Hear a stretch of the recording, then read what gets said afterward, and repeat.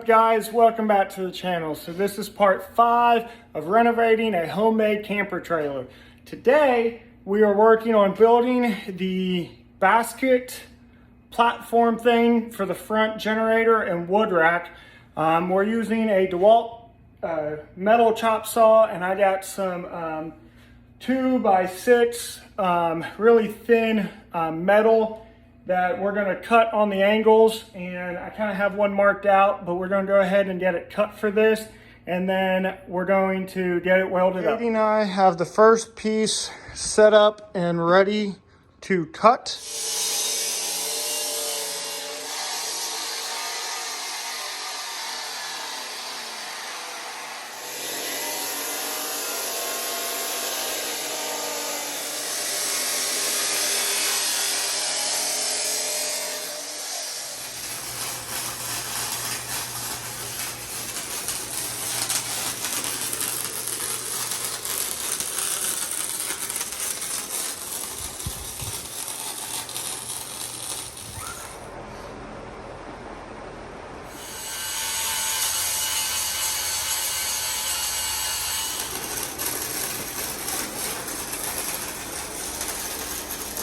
Mason just left, but he was able to weld the metal while I was cutting it.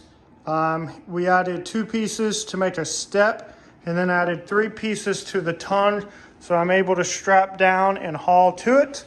I did spray foam this, and I knew I was going to end up going too much, and it's oozing more than I thought it was going to, which seems to almost always happen. But it's down inside of both. I don't know how much it really matters. I will tuck this space in, so it won't really matter. But I guess if it's foamed, it's not like cold air can get in around it. So, I mean, I knew I was going to foam on top of it, but I did not really want it to do that. So maybe I should have put tape around it or something first. That probably would have been a better option, to tape it first. But now it's not going to look brand new. So, I mean, once it dries, I will be able to scrape this off better, but I made a mess trying to scoop it out. But now I have to decide if I'm going to keep working on the electrical or if I want to go ahead and paint it, because we do have a gallon of paint to paint the gray. But it needs washed, and it's kind of a whole thing to take it outside and wash it because I have my other trailer. So like tomorrow, it would be easier for me to wash it because I won't have my other trailer. I will leave it at work. But that would allow me to wash it and get it painted, or I can wash it here in the garage with just a bucket and soap and a sponge, and let it dry while I'm doing some of the other electrical things and dismantling the whole thing. So I may try to paint it since it doesn't look great as it sits now. And so, I mean, there's a ton of other things that we're going to add to it. I just need to have it painted so I can start gluing and caulking things in, and then adding things. Like, we're going to add wood to this, and then I have a bunch of wood over here to do the inside trim, but I kind of want to get the outside looking nice as well. So I might go ahead and start trying to disassemble it so I can get it painted. I've gone ahead and removed the fuel tank, closed the window, removed the door, removed the spotlight, removed everything off of this. Lost my knife, removed this door, that spotlight. I think we should be, and I closed the vent. So I should be okay to go ahead and start scrubbing this now.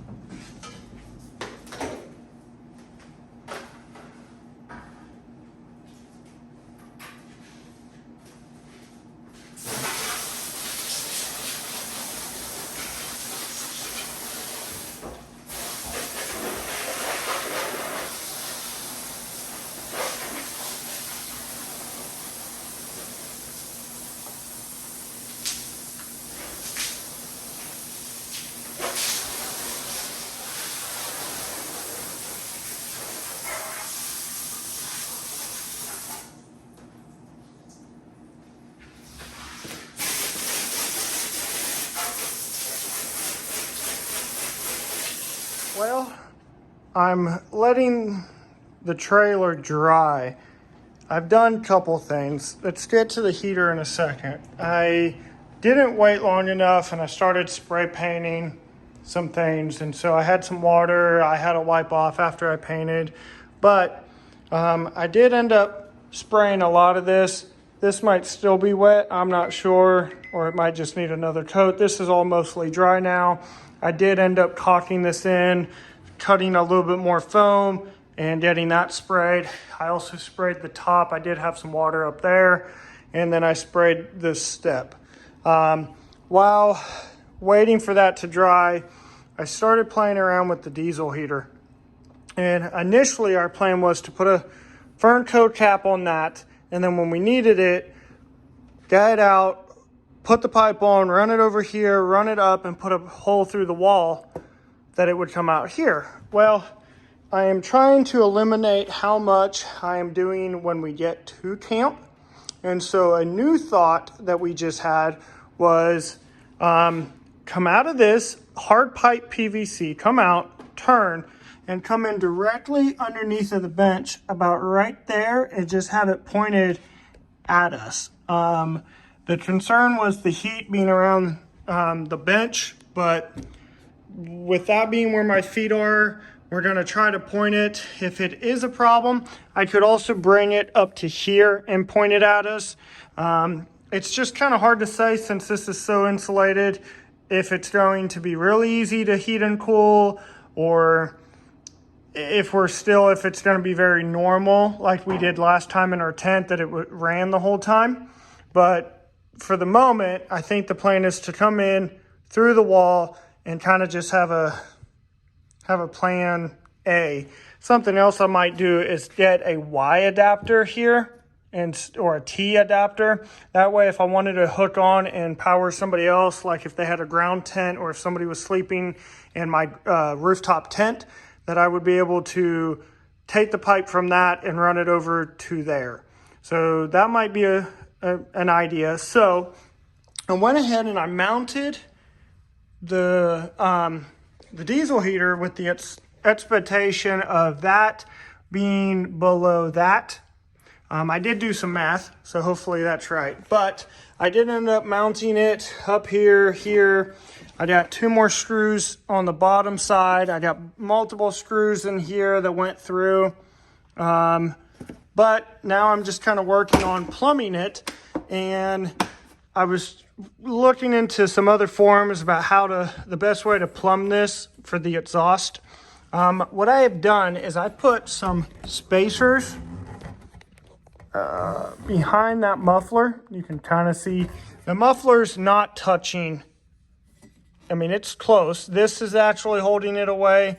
And then I put 5 nuts behind this to try to keep it away. So it's close, but it's not touching. And it looks pretty straight, but it's actually down a little bit. If I bend the pipe, it moves just a little bit. And then I did go ahead and put the fresh air for the combustion inlet on. I think I'm just going to leave it there. I did go get the power cord. I had it mounted inside my Jeep.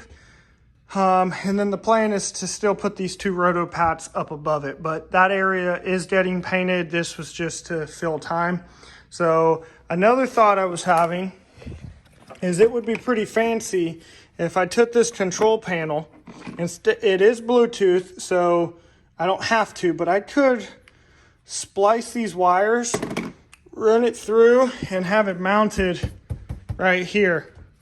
Well, that needs more screws. There's a lot of trim that has to happen in here, but if I put the control panel right here, that'd be pretty fancy to just be able to reach over and adjust it. One guy said that when he spliced his wires, it stopped working. And so I don't want to do that until I confirm that it's working again. I don't have any diesel fuel, so I will pick up some diesel fuel tomorrow, and then I will look at splicing these wires. But for the moment, that's kind of what I was doing in the meantime. It's probably dry enough now that I could go ahead. You can see the ground is still wet, but where I had the fan going, it's dried. And so I think it's probably good. It sits 20 now, and so I'm probably okay to attempt to go ahead and start taping things off, see what time it is afterwards, and try to do one coat of paint. I now have the trailer taped off and should be ready to go to try to start painting. Now I just have to try to find my paint supplies.